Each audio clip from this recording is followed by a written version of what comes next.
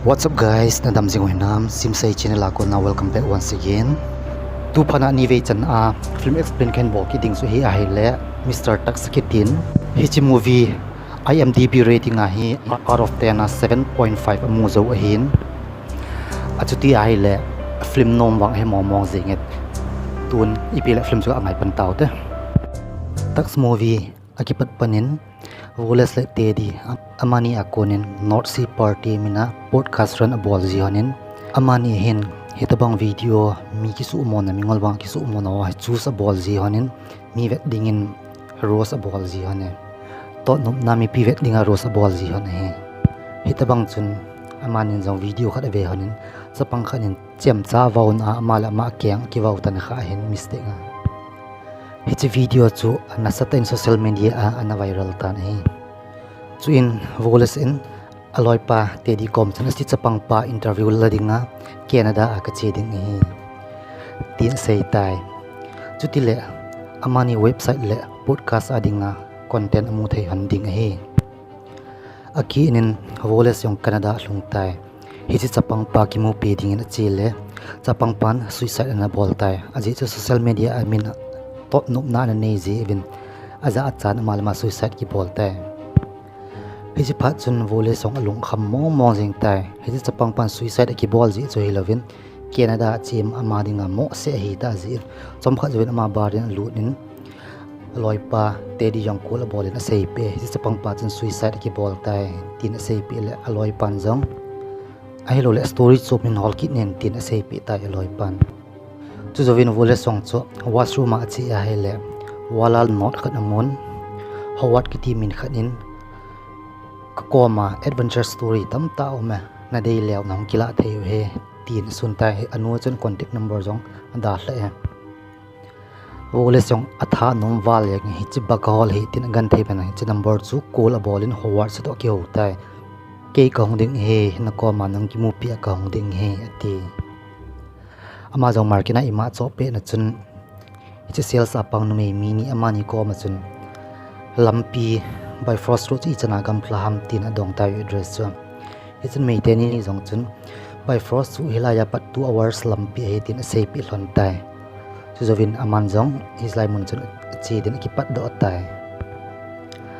he che in chu ga hlun chun kot aga na he le mun len ta hen in chu chong chu gamla forest ki ka ahin in songalu na chun Howard yung akipa be se in oles chu chibai ki bu pi in cha don sa tai clearly aga pe dinga chu Howard chu ayal bai ke nga chi thelo mi ai adan he chu pha chun ato khom hanin voice in ke hi story podcast bol ji ka hi ji a nang story nga ya hum ka hi tin ase je chu phanin Howard in song story chu hen pantan World War II chun ke safe at kan he in soldier hodinga an hon ka he tin hen se ya naw chu jahaz board hen Russia gama ka pe na vin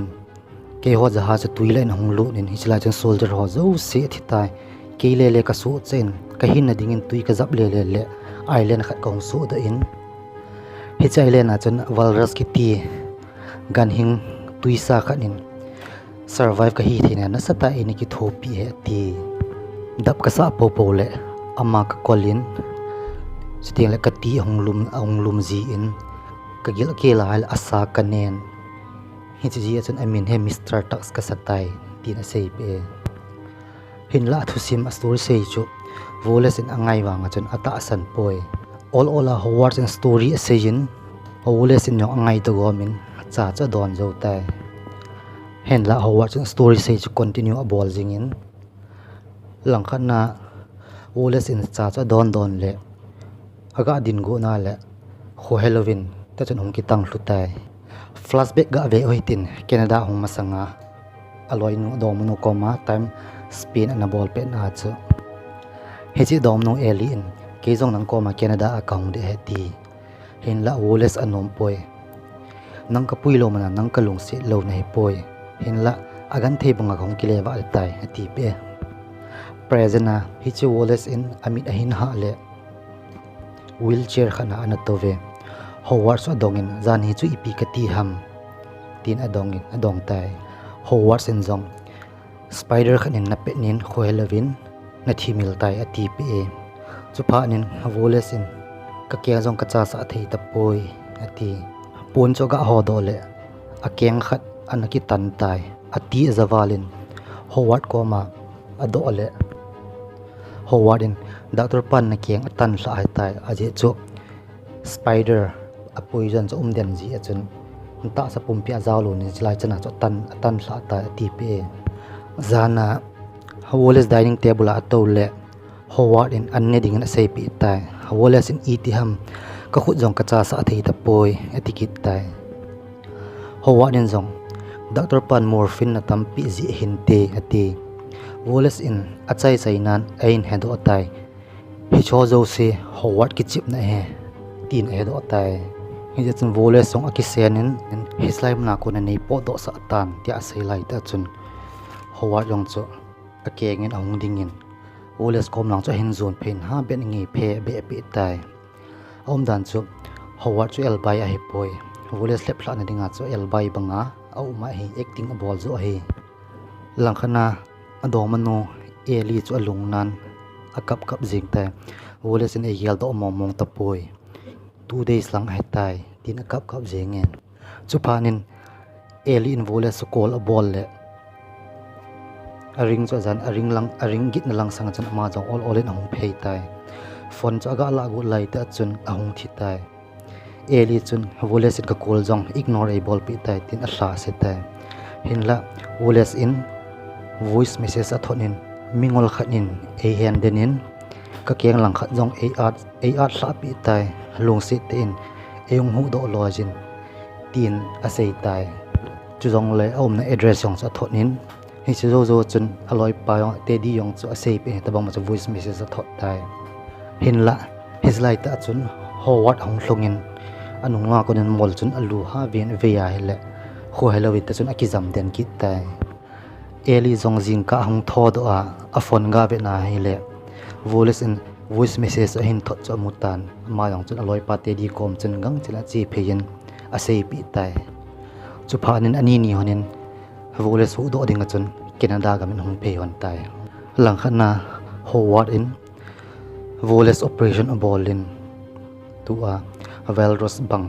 di ta bang asim do tai asu tai akeng te ni asa tan pi na chun akeng gu achun a tu Wallace ha ni sem pen ama akamin su to pe in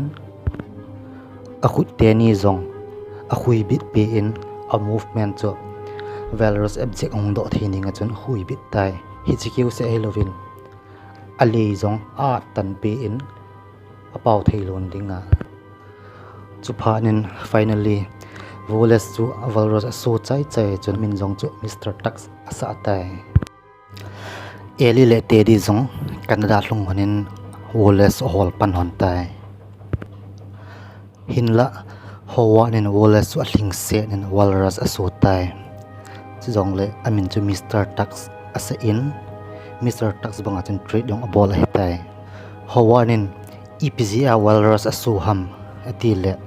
masanga Walrus in survive a hi thina dinga anaki tho PZ chun tua aman ki pathu sei nom ji a Walrus asu he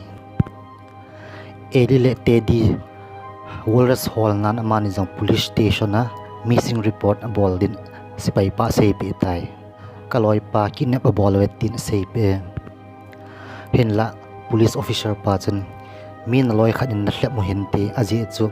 Howard kiti koima hilai Canada area in ompoi tia mi khanin wang phat so na chun Howard kiti mi khat holin ahonge ati ai wang ama min chu Mr. Guy hi officer panjong akimutu pite ending chun he chu Mr. Guy a number chu pitai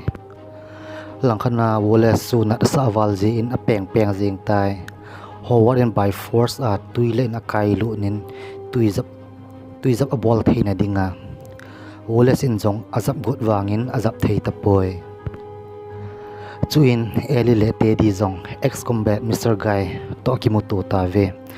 Guy in hen sei da na chun so na pat kana hol hetai he che Howard he mi tam ta jong atha hetai ate chu jong le he che killer Howard chun mi akeng tan bong ji in hichi agu a kon chana walrus ha sim ji ate alang khana howard yong voles chu tui zap dan a hilin akoma tawin phatam ta spin a ball pi aji chu aman voles chu Mr. Tusk a suji in chu zovin howard in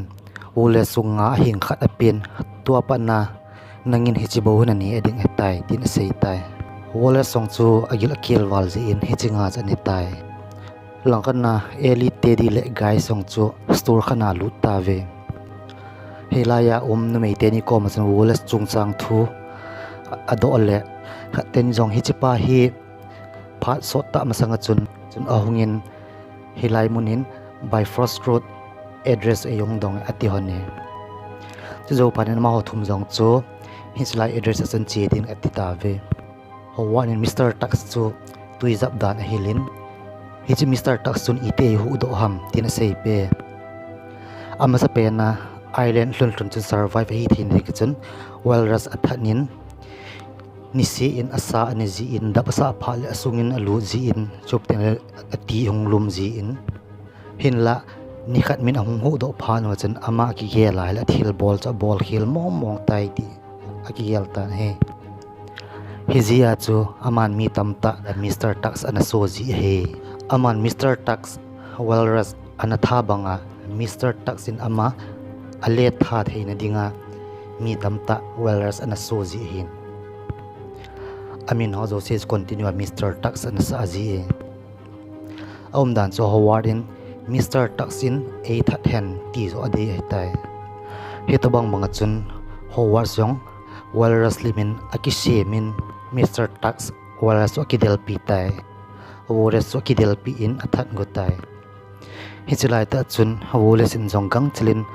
akeng so etek a bolin ahung hlu pha an awai cho a chun na saten asunin athi to ka chan sun chen de jenge hetia chu howard so tha hin chu jong le howard song chu kipa ta le lungmong ten athi tai howard sa tha zo zo chun eli tedi le Mr. Guys ahung lu novin eli in woles aga mule alung an wal yengin apengin akap yeng tai kum khat zovin voles chu wildlife sanctuary in acheng tai ni khat eli le tedi zong ahung ki mu pi honin nga khat hen choi pi honin api hon tai achaina chun eli in voles ko ma chun I love you tin achi do tai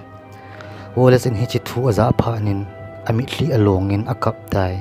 hichi chu event le voles chu apum changa walrus aso jing wanga chan asunga mi him hi na insaniyat humanity chu a jing jingi hi chan chun story yong hi chai tai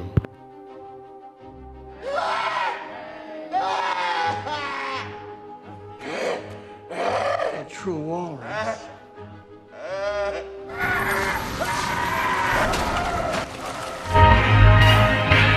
अगर हमारी ये वीडियो आपके लिए हेल्पफुल रही है तो हमारे चैनल को सब्सक्राइब कर लें और वीडियो को लाइक भी कर दें ताकि हमें इस जैसी और वीडियो बनाने के लिए मोटिवेशन मिल सके।